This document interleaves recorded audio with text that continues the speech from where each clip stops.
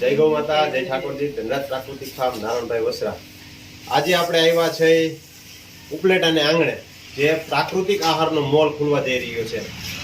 એનું નામ છે સારથી, બરોબર. તો એમાં અલગ જ કોન્સેપ્ટ છે. આમાં જે આ શોપ છે એના નામથી આ માલ, એમાં કોઈ વેચાણનું કે એવું કોઈ વસ્તુ છે નહીં.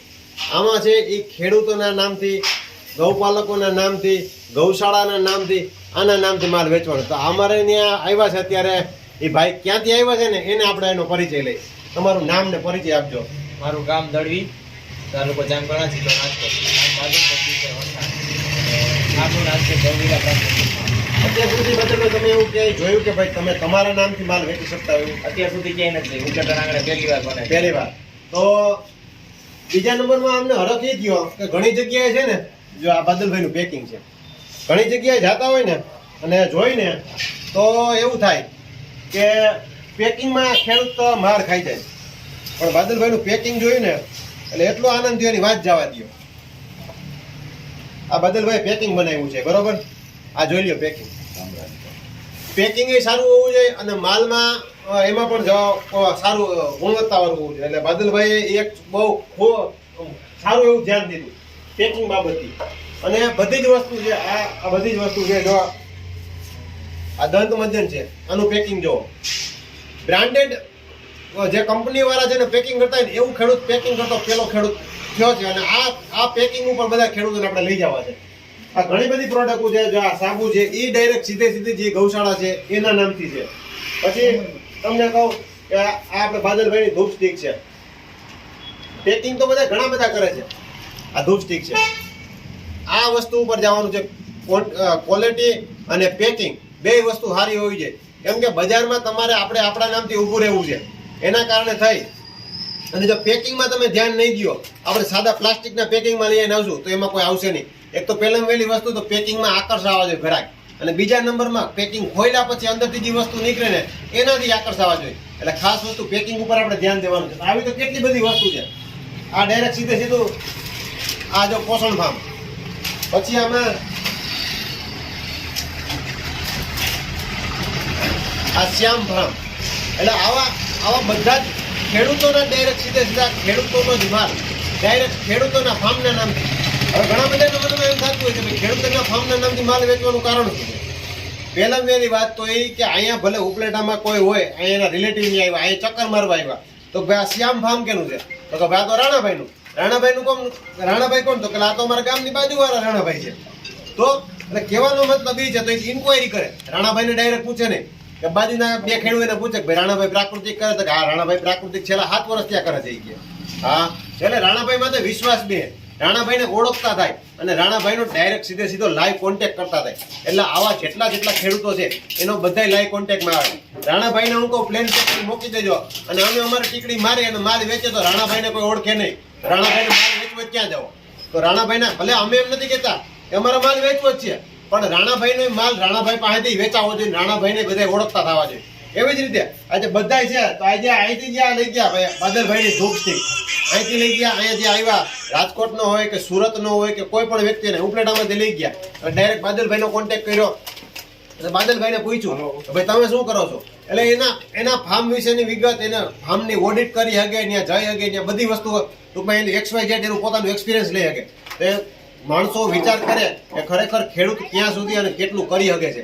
તો આ વસ્તુ ઉપર આપણે એને લઈ જવા માંગીએ છીએ કે પેકિંગ સારું હોવું જોઈએ, તમે પ્રાકૃતિક કરો છો, તમે બજારમાં દેખાવા જોઈએ, હાઇલાઇટ થવા જોઈએ. અત્યાર સુધીમાં એટલા મોલ ખુલ્યા પણ એમાં ખેડૂતોને ડાયરેક્ટ કોઈ હાઇલાઇટ કર્યા એવા અત્યાર સુધીના એક પણ એવા રેકોર્ડ એવા નથી લાગતા કે ખેડૂતોને હાઇલાઇટ કર્યા એવા. તમને એવું લાગે છે બાદલભાઈ ખેડૂતોને હાઇલાઇટ કર્યા? ના, વાતું કરે મોટી વાતું બધા મોટી કરે કે પ્રાકૃતિક ખેતીને આપણે પ્રાવધાન્ય, આપણે પ્રાકૃતિક ખેતીને આપણે આગળ વેગવંતું કરીએ, બધી વસ્તુ કરીએ. પણ અત્યાર સુધીમાં આ રીતનું ખેડૂતોને હાઇલાઇટ કરવા માટેનું એક પણ પ્લેટફોર્મ આખા ગુજરાતમાં ક્યાંય નહીં મળ્યું હોય. મોલ ઘણા બધા ખુલ્યા છે, નો ડાઉટ. મોટા સિટીમાં 10, 15 મોલ ખુલી ગયા છે, નથી ખુલ્યા એવું નહીં. પણ આ રીતે કોઈ પણ પ્રકારનો હાઇલાઇટ નથી કર્યો. એટલે આમાં અમારે જે બધો જ માલ જે વેચવાનો છે એ બધો જ ખેડૂતોના નામથી જ વેચવાનો છે, ના કે અમારા શોપના નામથી માલ. ના, અમે જે અમારી જે છે કંપની છે એનું અમારું એક્સ્ટ્રા અલગ પેકિંગ કરશું, નહીં કરશું એવું નહીં. પણ જે ખેડૂત પોતે પેકેજિંગ કરીને વેચે છે, સારું પેકેજિંગ હશે.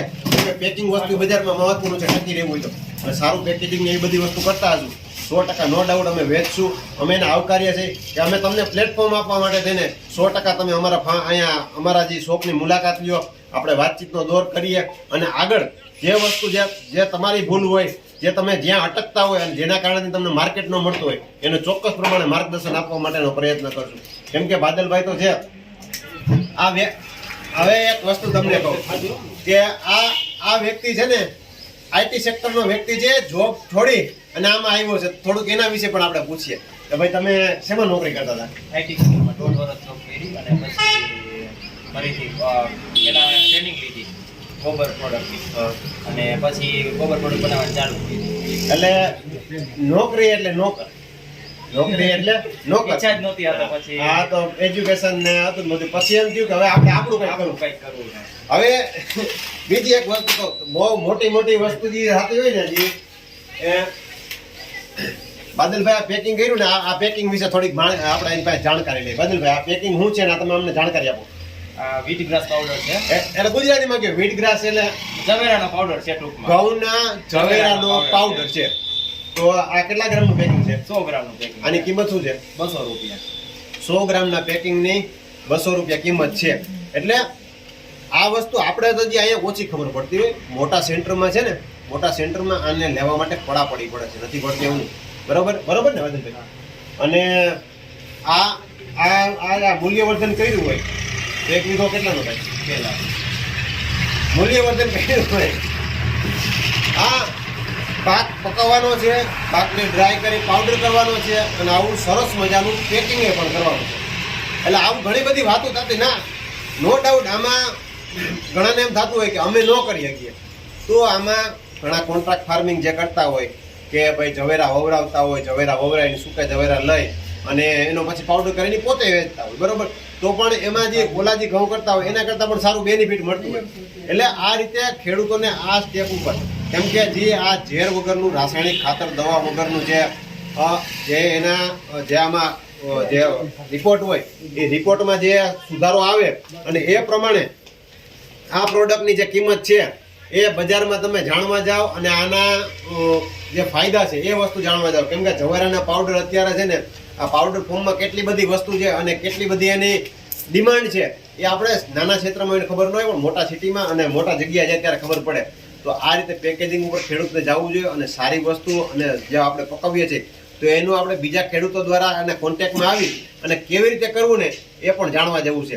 તો બાદલભાઈ તમારો અમને નંબર આમાં આપજો, જેથી કરીને કોઈ એવા ખેડૂતો રસ ધરાવતા હોય અને એ તમારો કોન્ટેક્ટ કરી અને કંઈક સલાહ સૂચન લેવા માંગતા હોય તો તમે ટ્રેનિંગ લીધી કઈ રીતનું શું છે આ તે બીજું તમારી સાથે ચર્ચા કરી શકે. તમારા મોબાઈલ નંબર જરી બોલી જાય. મારો મોબાઈલ નંબર 9265605809. તો અત્યારે હજી આપણે દુકાનમાં બધું હજી માલ મૂકવાનું ચાલુ છે અને 2 દિવસ પછી આપણું ઓપનિંગ છે 2 તારીખે. અને હજી તો આમાં જેમ જેમ માલ મુકાઈ જાય એ પછીનો પાછો આપણો વિડીયો સરસ મજાનો મૂકશું. અને જો ઉપલેટાની આજુબાજુમાં હોય તો અચૂક પધારો, ઉદઘાટનના દિવસે પધારો. અને 2 તારીખે આપણું ઉદઘાટન છે અને એ સિવાયનું પણ તમે વિઝિટ કરો જેથી કરીને જાણવા મળે. જય ગૌ માતા.